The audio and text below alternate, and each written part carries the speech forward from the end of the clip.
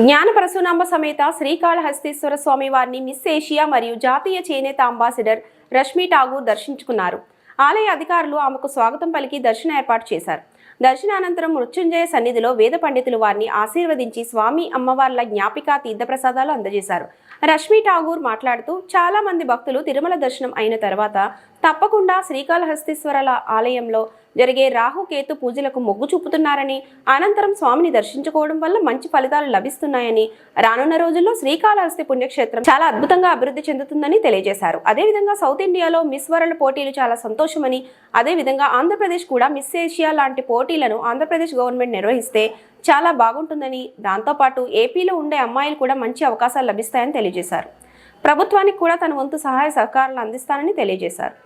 Important place ఇది ఆంధ్రప్రదేశ్ లో. తప్పకుండా తిరుపతి వచ్చిన ప్రతి ఒక్కరు శ్రీకాళహస్తికి వచ్చే తీరుతారు. ఇక్కడ ఉన్న శివుడు ఎంత పవర్ఫుల్ అందరికీ తెలుసు. సో నేను కూడా ఇక్కడికి వచ్చాను.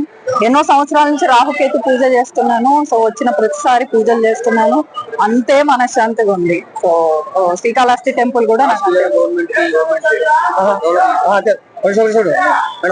డెఫినెట్ గా తెలంగాణలో మిస్ వరల్డ్ వచ్చింది.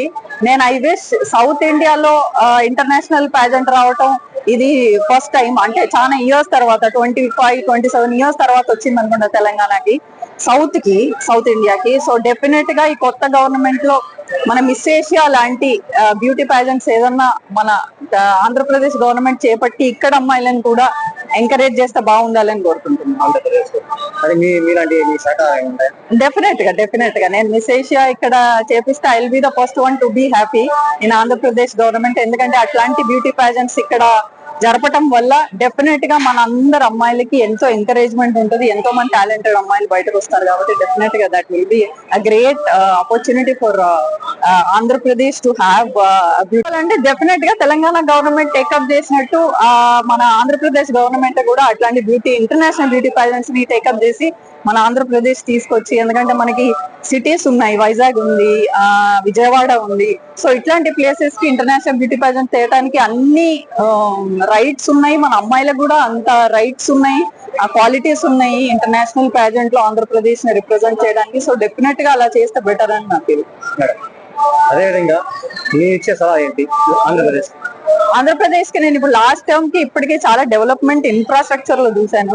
ఎందుకంటే తిరుపతి నుంచి తిరుమల వెళ్తున్న టైంలోనే నేను లాస్ట్ టైం వచ్చినప్పటికీ ఇప్పటికీ చాలా డెవలప్మెంట్ జరిగింది.